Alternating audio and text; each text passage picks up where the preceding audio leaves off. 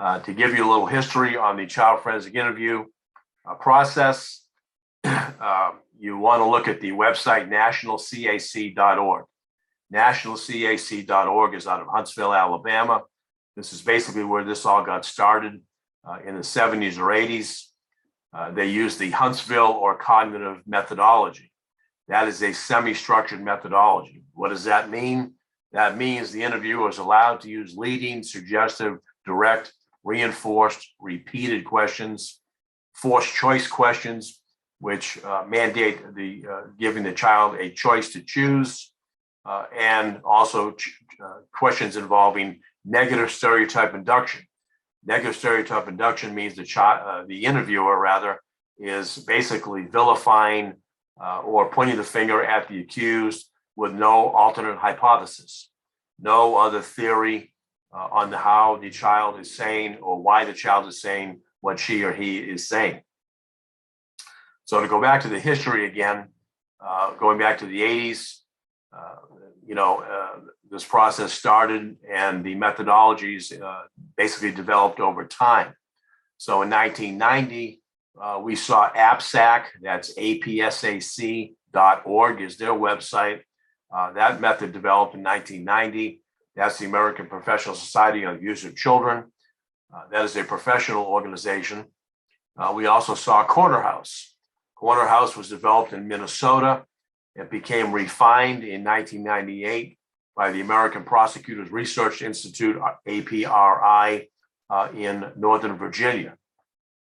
This method, Corner House, is also called Finding Words. It's also called Child First. It's also called RATAC. That's RATAC. So RATAC, that acronym stands for the following. The interviewer builds rapport with the child. The interviewer goes over the anatomical identification of body parts with the child. The interviewer goes over touch inquiry with the child. That's good touch, bad touch, and secret touch. Then the second A in that acronym stands for the index abuse allegations or abuse allegations. And then C stands for closure. So the RATAC has a structured format to it, but it's not a structured methodology. None of the methodologies which I have just mentioned, and I haven't even included the stepwise methodology authored by Dr. John Newell out of British Columbia, Canada, which actually promotes a incremental interviewing technique of children over time. In other words, multiple interviews of the child victim. None of these are fully structured methods. The only fully structured method is the NICHD. The NICHD was first introduced in America by my retired colleague and associate, Dr. Phil Esplin.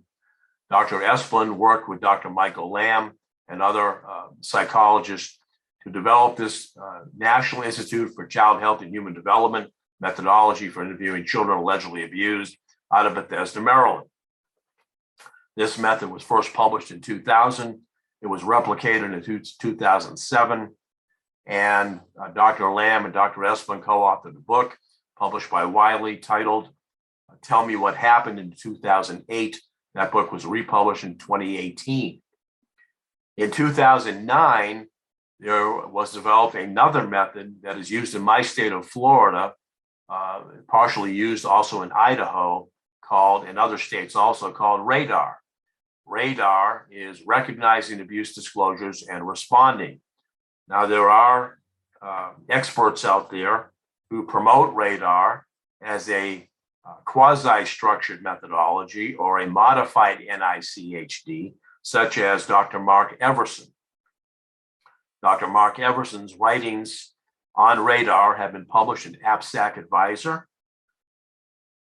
Ironically, Dr. Everson, no disrespect to him, was the original, one of the original co-authors of the anatomical doll methodology for interviewing children and treating children in therapy back in 1990 when he worked with Dr. Barbara Boat at Cincinnati Children's Hospital in Ohio.